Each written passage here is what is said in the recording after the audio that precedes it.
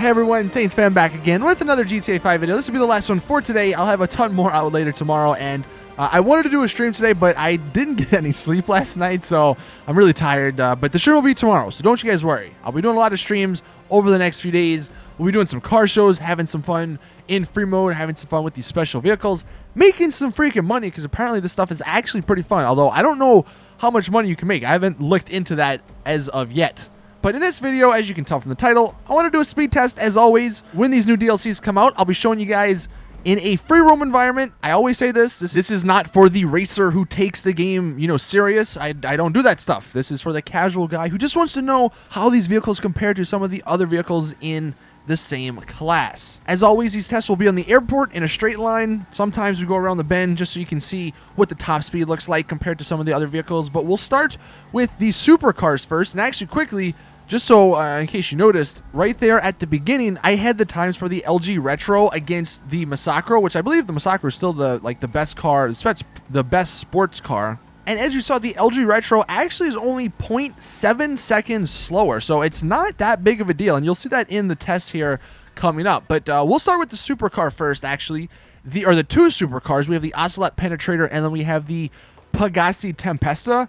And first thing I'll say, because the Ocelot Penetrator is actually only in, I believe, the first two tests, it's not good in terms of performance. I mean, it's not bad like compared to every other vehicle in the game, but compared to just supercars, you can see it's like at the back of the pack there. It's not even close. So if you're going to be buying that, just know it's not going to be good for racing. It's not going to be, well, it might be good for like free roam and stuff, because it is still, like I said, somewhat fast, but it's not as fast as the high-end supercars.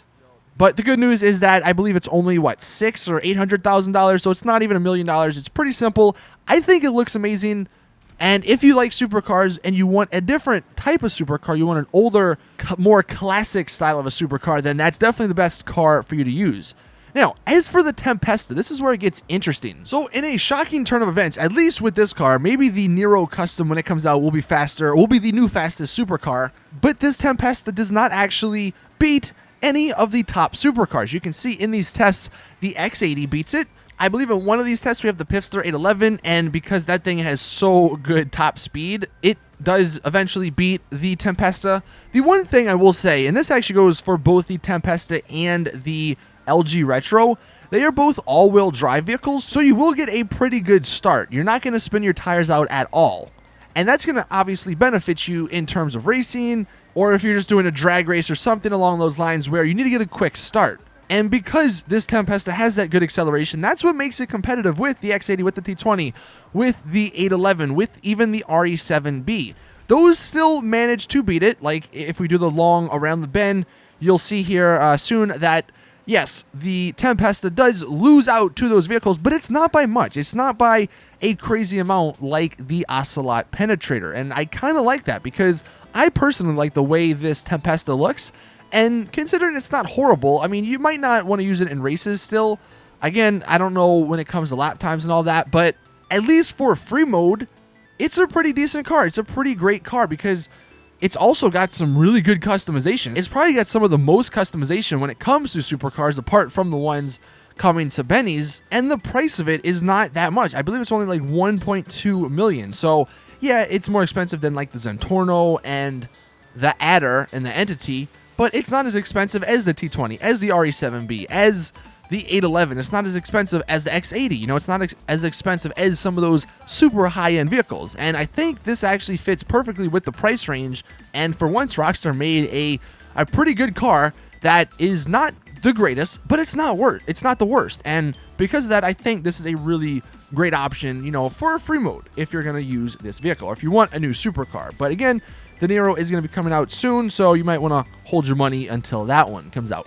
Now, the one that I'm sure a lot of people want to know about is the LG Retro. This is the R34 or the R32, because I believe the R34 is like the guys on the right-hand side of the vehicle, so it's not technically the R34, but still, it resembles it a little bit. This car, surprisingly, does really well in the sports class. I mean, you saw the Masacro does still beat it by a smidge, and in these tests, the Masacro will eventually catch up to it, but because it is an all-wheel drive car, it has that really good acceleration. And just from driving it around free mode, I can say the handling is pretty good as well. It's like, it doesn't slide over the place, and I never found myself wiping out or sliding out of control really at all. And I'm not a good driver by any means, so that's a good point in my book. As for the cars we're testing it against, I believe we have the Lynx in here.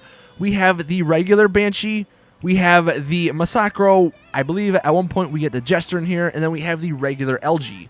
The one that's probably the most interesting is the comparison of it to the regular LG, the one that it comes from.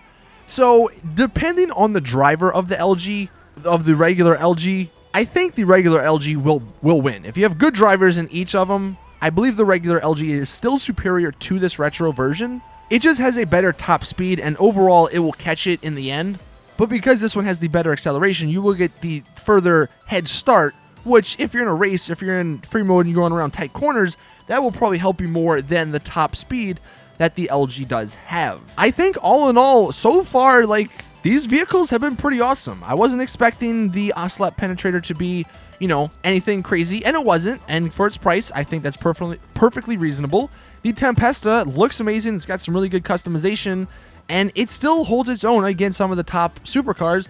And then the LG Retro, it holds its own with all of the sports cars, and I even think it could be competitive in a racing environment against, you know, the Jester, the regular LG, and the Massacro. The only one we didn't test is the bike, but I thought I would wait until the FCR comes out, and then we could test those against like some of the bikes from the Biker DLC. I'm not entirely sure when that DLC, or when those bikes, or when the unreleased cars are going to be released, hopefully next Tuesday, but whenever that does happen, be sure to check that video out if you are curious if you should buy the bike. The one thing I will say about the bike, it's pretty cheap. Like, it's only 160 something thousand to buy, and then it's only 200 something thousand to upgrade to like become a Benny's bike. So that's what, 350,000, I guess, to actually get the Benny's version, you know, plus all the customization that you put on it. So it's not that bad. Maybe you're looking at 500,000. And all of that is kind of shocking with how Rockstar has handled cars in the past. Like, usually there's a car that's either super overpowered or just like completely irrelevant. I mean, like you saw, the Lynx, that car came out, it was what? It's a sports car that's $1.7 million, and it's absolutely horrible in terms of performance. But so far, Rockstar are on a good path, and I hope they continue that with the unreleased cars. But let me know in the comment section what you guys think about those three vehicles, the LG Retro, the Pegassi Tempesta, and the Ocelot Penetrator. Did you pick them up? Which one is your favorite? And out of the unreleased cars, which one are you most looking forward to? With all that being said, though, thank you all for watching. Drop a like if you did enjoy. Subscribe so you don't miss any other awesome GTA content. Like I said, live streams will be happening tomorrow. But as always, I will see you guys in the next one.